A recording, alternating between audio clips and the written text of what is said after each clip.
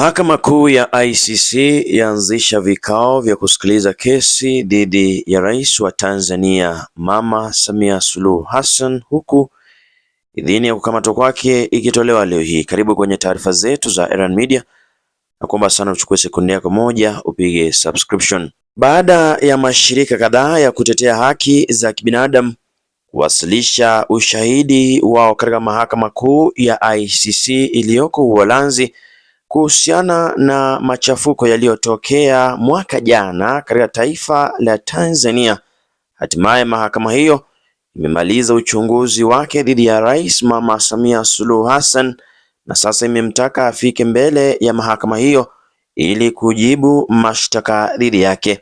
Suluhu anakabiliwa na kesi ya utekaji nyara, mauaji ya kiholela na vilevile kutumia vyombo vya dola na nguvu kupita kiasi kipindi cha uchaguzi mkuu, ambapo alijitangaza kuwa mshindi kwa kupata kura zaidi ya 90%, suala ambalo lilizua tumbo joto katika taifa hilo. Hata hivyo, Mama Samia Suluhu hapo awali alikuwa amegairi amri ya kufika mbele ya mahakama hiyo, ambayo sasa imetoa amri na idhini ya kukamatwa kwake kwa lazima. Pale Tanzania! Lete baba! Bwana, pale Tanzania bosi wangu kumewaka moto. Ndio. Mahali Mwalimu Kambarage Julius Nyerere yupo. Ndio. Anatingishika na anatingisha kichwa. Mahali alipoacha Tanzania sipo ilipo sasa hivi. Nasemaje? Ndio. Mahali alipo Joseph Pombe Magufuli. Ndio. Anatingika na kutingisha kichwa. Siyo kama shona mimi natembea. Joseph Pombe Magufuli anasema hao ni akina baba wa taifa. Bwana, marais walio shape Tanzania, akina Benjamin Mkapa. Bwana, mali wapo bwana, wanashangaa, is this the Tanzania that we were fighting for? Ndio. Bwana, kila mtu anajua kwamba Oktoba 26 mwaka 2025 Tanzania ilifanya election ya kuchagua maraisi, wabunge na wale wawakilishi wa mitaa, usio? Ndio, madiwani. Naam. Bro, baada ya pale Watanzania walikataa uchaguzi wenyewe, na pia kabla uchaguzi walikuwa wanasema kwamba uchaguzi usiwe, lakini ilivyokuwa results pia wakazikataa. Wakaingia street wa Tanzania kufanya maandamano ya amani. Sio kama tunaelewana? Ndio. Lakini kaka, maafisa wa polisi waliua Watanzania wengi. Correct. A lot of Tanzanians died because they were fighting for their right. Vyombo vya dola Bwana, vilitekeleza atrocities kubwa sana. Na ndio ujue kwamba Watanzania walikataa uchaguzi wakati ambaye alikuwa anaapishwa Rais Samia Suluhu. Aliapishwa kwenye kambi ya jeshi. Hakuapishwa hadharani. Benjamin Mkapa Stadium kama kawa. Ndio. Aliapishwa katika eneo la jeshi, kambi ya jeshi. Ndio. Bro, hivi tunavyoongea Tanzania is being discussed in ICC, International Criminal Court, The Hague pale. Tanzania inajadiliwa katika mahakama ya Hague. Na unajua bosi wangu, ikifikia kwamba nchi imefikia vile, ujue kwamba ni kubaya. Ndio. Na mimi it is so sad kwamba sisi kama Waafrika na viongozi wetu wa Afrika wanatufikishaga mahali ambapo inabidi waingilie kati wazungu.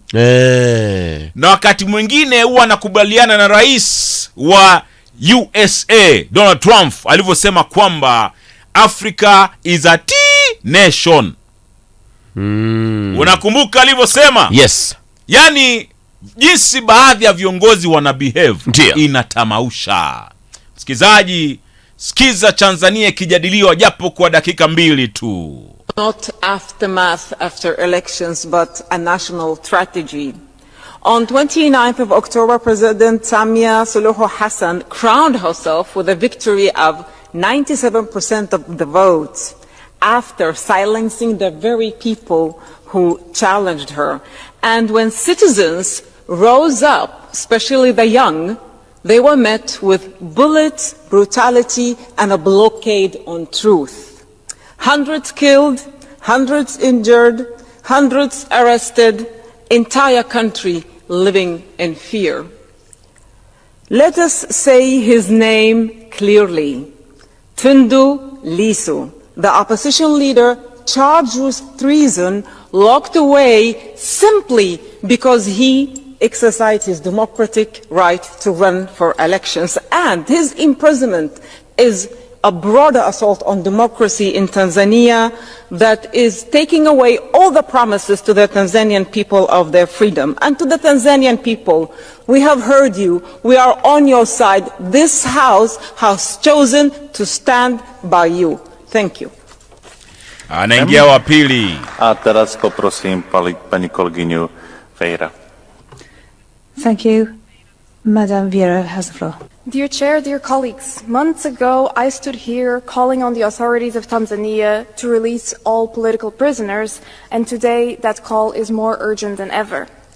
Bwana bosi wangu, wanasema kwamba alijitwika mwenyewe urais baada kujipatia kura nyingi mno. Ndio.